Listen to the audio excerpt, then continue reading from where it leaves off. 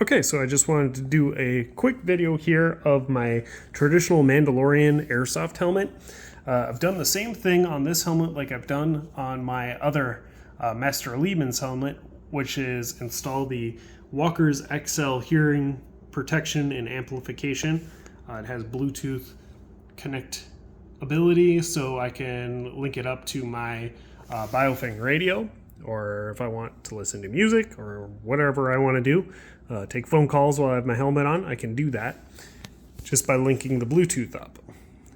The outside of the visor here, this is the welding visor that I had cut down. You can see it hides, even with this light on it, the interior. That's my cat, Bakira. And then on the inside here of the helmet, we'll take a peek, because this is probably the most important. So I've got padding all put in there. You can use regular helmet padding or bicycle padding. Most is all attached via adhesive or Velcro adhesive. The sides here, this is where you have that hearing protection and amplification hooked up.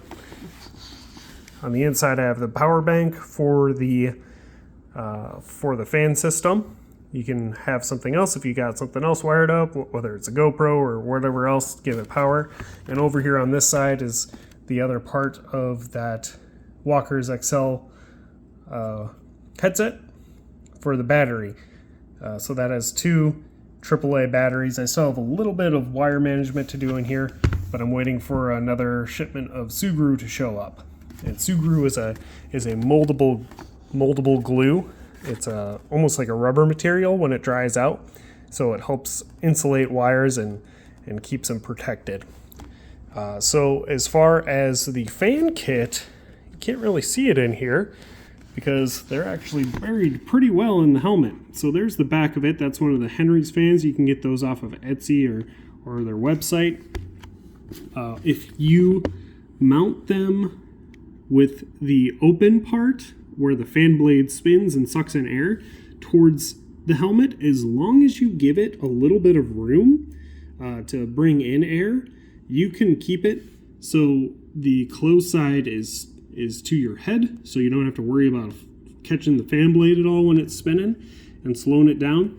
Now, you want to make sure that you have enough room, and this isn't doing it justice in the helmet, but as long as you got maybe like a half a centimeter at some points along the helmet, which if you're putting in the helmet, you're most likely mounting it where it's curved and you're not getting full seal.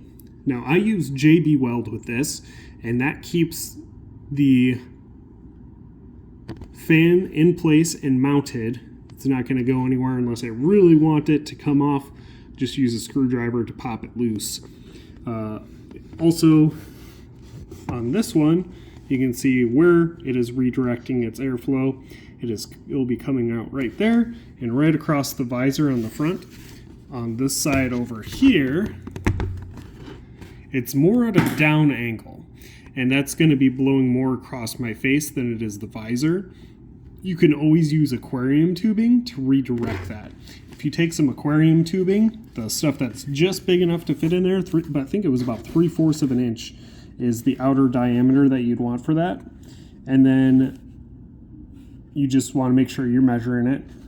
And whatever you can get with the widest hole is the best. The more airflow or wider airflow it has, the easier the fan's going to be able to move the air through it, especially if you're putting a lot of turns in it. So if you end up mounting your fan kit somewhere else in it, just make sure you have as wide of tubing as possible.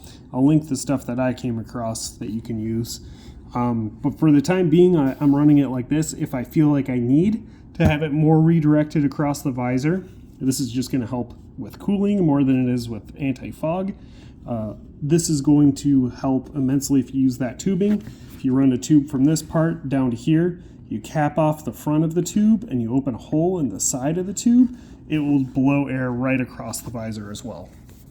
So the other thing I wanted to show you here is this fan controller. Now, I use JB Weld to hold that down in place.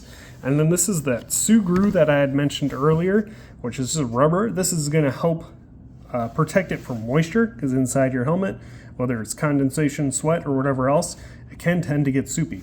So this is just going to help hold that water out of the electronics here. And then here I just have the USB running over to the battery bank here. For all purpose, it's a good fit on my head, basically a perfect fit. I've reorganized the materials in here the best that I can just to make it so it sits firmly on my head.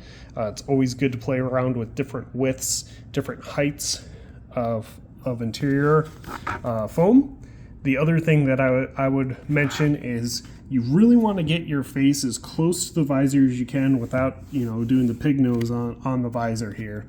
And the best way to do that is increase the padding on the back. If you increase the padding on the back, it will move your head forward.